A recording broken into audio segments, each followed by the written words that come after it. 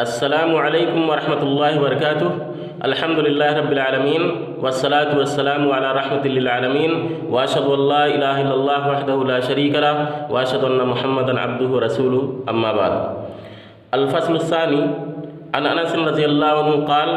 قال رسول اللہ صلی اللہ علیہ وسلم لا تقوم الساعة حتى يتقارب الزمان فتكون السنة كالشهر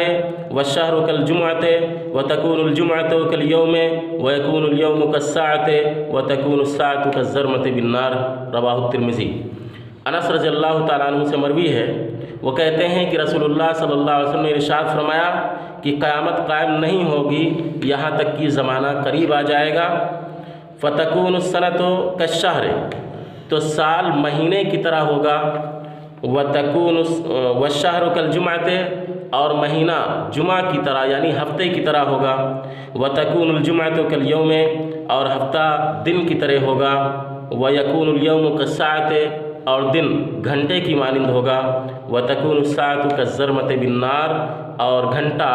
آگ کے شعلے کی طرح ہوگا۔ تو اس حدیث کے اندر یہ بتلایا گیا کہ جب زمانہ قیامت سے قریب آ جائے گا تو اس وقت یہ سال مہینے کی طرح لگے گا، یعنی وقت انتہائی تیزی کے ساتھ گزرے گا، یا پھر یہ مطلب ہے کہ وقت کے اندر جو برکت اللہ رب العالمین نے رکھی ہے جس سے ہمارے کام ہو جاتے ہیں تو برکت ختم ہو جائے گی، وقت کب ختم ہو جائے گا ہمیں پتہ ہی نہیں چلے گا۔ یا پھر مطلب یہ ہے کہ لوگ مصائب میں اس قدر الجھے ہوئے ہوں گے، فتنوں میں مصیبتوں میں اس قدر وہ پریشان ہوں گے کہ ان کو وقت کا اندازہ ہی نہیں ہو پائے گا کہ وقت کب گزر گیا۔ تو اس طریقے سے زمانہ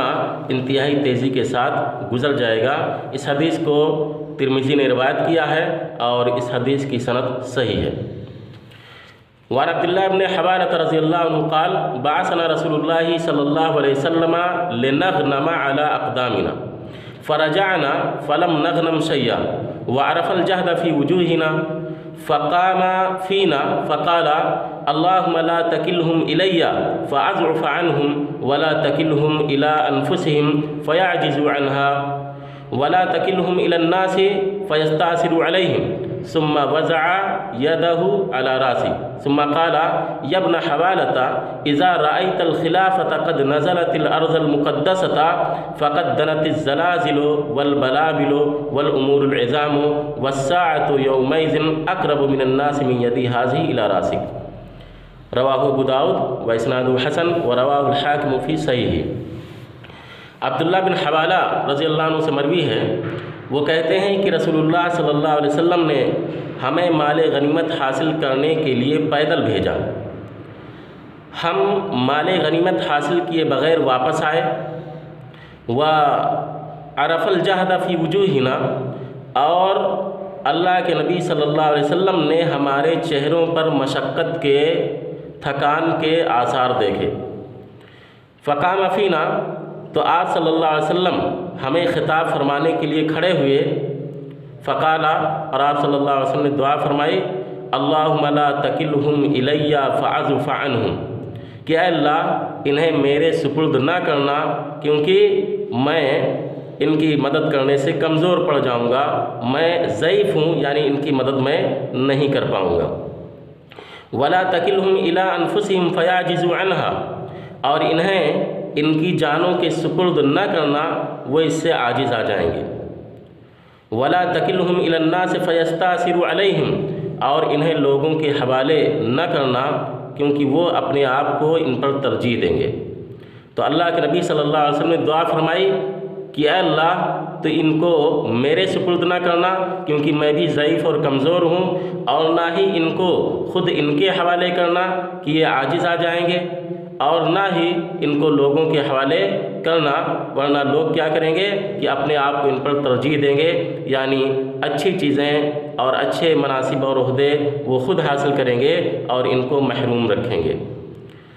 تو اے اللہ، مطلب یہ ہے کہ اللہ تو خود ان کا آقا ہے، یہ تیرے بندے ہیں، یہ تیرے غلام ہیں، تو ہی ان کو اپنے فضل و کرم سے نواز، اور کسی اور کے حوالے اور کسی اور کے سپرد ان کو نہ کر۔ راوی حدیث عبداللہ بن حوالہ رضی اللہ عنہ کہتے ہیں کہ ثم وضع یدہ علی راسی، پھر آپ صلی اللہ علیہ وسلم نے اپنا دست مبارک میرے سر پر رکھا، ثم قال، پھر فرمایا، یا ابن حوالۃ اذا رأیت الخلافۃ قد نزلت الارض المقدسۃ فقد دنت الزلازل والبلابل والامور العظام، کہ اے ابن حوالہ، جب تم دیکھو کہ خلافت ارض مقدس یعنی ملک شام منتقل ہو گئی ہے، جب تم دیکھو کہ خلافت ارض مقدس سرزمین، اس سے مراد ملک شام ہے کہ ملک شام خلافت منتقل ہو گئی ہے،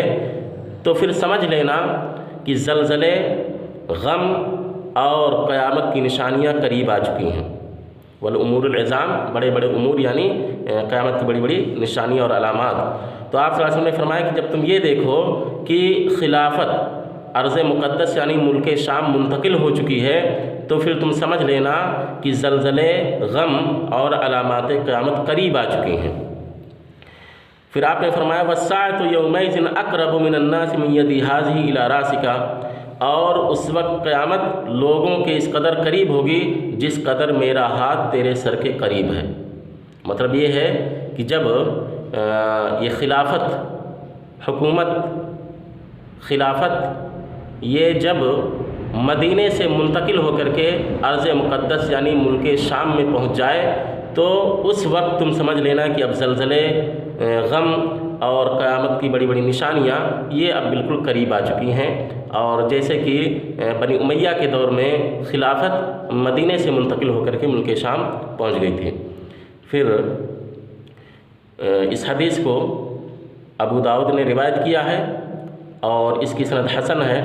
اور امام حاکم نے اسے اپنی صحیح میں روایت کیا ہے، اور اس حدیث کا درجہ بھی حسن ہے،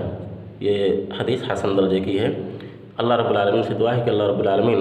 آپ سب کو فتنوں سے محفوظ رکھے، آمین۔ ناظرین، آپ سے گزارش ہے کہ اگر آپ نے اب تک ہمارے اس چینل کو سبسکرائب نہیں کیا ہے تو برائے مہربانی ہمارے اس چینل کو سبسکرائب کر لیں اور بیل کے نشان کو دبا دیں، تاکہ جب بھی کوئی ویڈیو اپلوڈ کیا جائے تو آپ تک پہنچ جائے۔ والسلام علیکم ورحمۃ اللہ وبرکاتہ۔